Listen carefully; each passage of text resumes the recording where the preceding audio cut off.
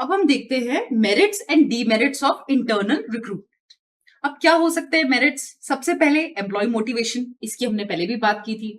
Employ motivate हो जाता है जब आप उसको प्रमोशन दे रहे है ना, या फिर ट्रांसफर विद प्रमोशन दे रहे हो, कुछ अच्छे पर्क्स और बेनिफिट्स दे रहे हो। तो आपने क्या किया, इंटरनली उसको रिक्रूट करके अच्छा रिम्यूनरेशन दे दिया, तो एक एम्प्लॉय मोटिवेट हो जाएगा to even perform better and better and better, right. So पहला मेरिट हो गया, it leads to employee motivation. Second है आपका एम्प्लॉयज लॉयल्टी।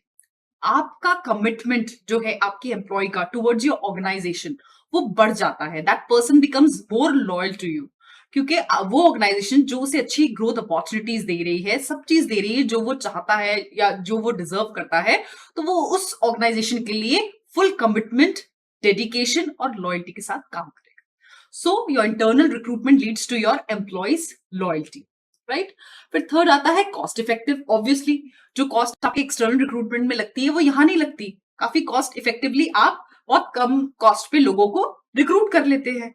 फिर फोर्थ आता है आपका सिंप्लीफाइड प्रोसेस। प्रोसेस बहुत सिंप्लीफाइड है, कॉम्प्लिकेटेड नहीं है ना। एक्सटर्नल रिक्रूटमेंट में आपका प्रोसेस थोड़ा सा इलेबोरेट हो जाता है, लेकिन यहाँ पे बहुत सिंपल प्रोसेस है कि भाई इंटरनली आप लोगों को रिक्रूट कर रहे हो with in the organisation.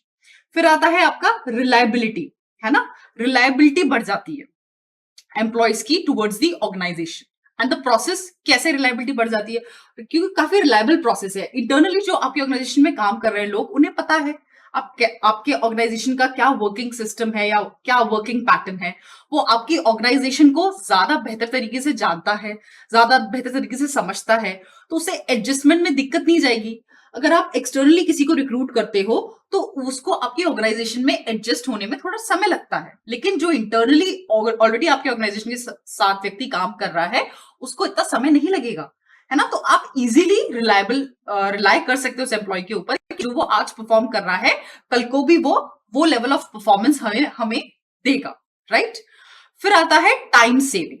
Internal recruitment is time saving, ज्यादा समय नहीं लगता, है ना। बहुत इजीली, बहुत कम समय में इंटरनल रिक्रूटमेंट कंप्लीट हो जाता है, लेकिन एक्सटर्नल में वक्त लगता है, टाइम लगता है। आप जॉब एडवर्टीजमेंट दोगे, उसके बाद लोग अप्लाई करेंगे, फिर आप इंटरव्यू कंडक्ट करोगे, फिर आप कुछ लोगों को सेलेक्ट करोगे, फिर आप उनका इंडक्शन करोगे, फिर आप उनको इंट्रोड्यूस करोगे ऑर्गेनाइजेशन के साथ, फिर उनको आप काम असाइन करोगे, उसके बाद जाके कहीं वो परफॉर्म करना चालू करेंगे, और उसमें भी उनके एक्चुअल परफॉर्मेंस आने में समय लगता है। लेकिन यहाँ पे ऐसा नहीं है। ऑर्गेनाइजेशन को एम्प्लॉयज ऑलरेडी जानते हैं काम क्या करना है, वो उन्हें जल्दी समझ में आ जाता है और वो क्विकली उनका परफॉर्मेंस आने लगता है। So this is a time saving method of recruitment, right. ये हो गए इसके मेरिट्स। अब हम देखते हैं डीमेरिट्स। डीमेरिट्स क्या है कि लैक ऑफ फ्रेश टैलेंट। अगर आप इंटरनली ही लोगों को रिक्रूट करते रहोगे, एक्सटर्नल नहीं जाओगे, तो जो आज फ्रेश टैलेंट है, जो आज क्रिएटिविटी या इनोवेशन लोगों में आउटसाइड द ऑर्गेनाइजेशन अवेलेबल है, उसको आप टैप नहीं कर पाओगे, राइट। सेकंड आता है एनकरेजेस फेवरेटिज्म। अब क्या होता है कई बार इंटरनल रिक्रूटमेंट में कि बॉस का जो फेवरेट व्यक्ति है उसके चांसेस टू गेट प्रमोटेड बढ़ जाते हैं। कुछ ऑर्गेनाइजेशंस में ऐसा होता है, सब में नहीं होता, लेकिन यहाँ पे it encourages favouritism. The person who is favourite to a particular boss will have better chances to grow in the organization, which is not a good practice. It must be based on the performance, right? So ये एक demerit है internal recruitment। फिर आता है limited scope. Scope बहुत limited हो जाता है इंटरनल रिक्रूटमेंट का, इट्स सेल्फ एक्सप्लेनेटरी है ये। फिर आता है इट रेजेस कॉन्फ्लिक्ट, कि भाई उसे आपने इंटरनली रिक्रूट करके ज्यादा बेटर अपॉर्चुनिटी, ज्यादा बेटर रिम्यूनरेशन, सब चीजें बेहतर दे दी, लेकिन हम भी लायक थे, हमें नहीं मिला। तो ऐसे करके लोगों में आपस में मतभेद होने लगता है, which is not good for any organisation.